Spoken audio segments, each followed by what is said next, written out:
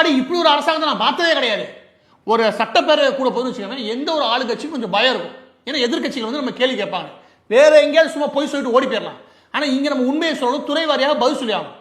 ஆனா எதுக்குமே பதில் சொல்ல தயாராகவே நீங்க வரல. நீங்க விட்டீங்கன்னு வச்சுக்கீங்க, அங்கே உட்காந்து மொபைல் கொடுத்தீங்கன்னு ரீல்ஸ் வேணா போட தயாரா இருக்கானுங்க. அது என்னடா, ஒரு 10 நாளைக்கு முன்னாலாம் விஜய் தரப்புல இருந்து போடும்போது சட்டப்பேரவை வந்து கேள்வி கேளுங்க, எங்க அண்ணன் எங்க தலைவர் பதில் சொல்லுவார், எங்க அண்ணன் பதில் சொல்லுவாங்க. சட்டப்பேரவை வந்து அவர் வாசிக்கிற லட்சணத்தை பாருடா, அந்த ஆளுக்கு இது வரைக்கும் பேப்பரே படிச்சிருக்க மாட்டாங்க தெரிஞ்சு. கடைசியாக எதிர்கட்சிகள் கேட்ட கேள்வி என்ன அப்படின்னா, 10 ரூபா 10 ரூபான்னு பாடி இருந்தீங்களே, இன்ன வரைக்கும் 10 ரூபாய்க்கு 20 ரூபாய்க்கு அதிகம் எடுத்துருக்காங்க.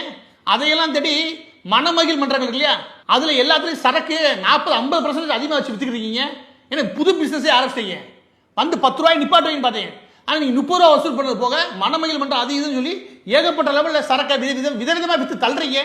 அப்புறம் அடுத்த கேள்வி வரும்போது அதுவும் நேரலைக்கு வரவே இல்லை. நான் ஒன்று சொல்றேன், விஜய் செய்தியாளர் சந்திக்க மாட்டார், ஓகே.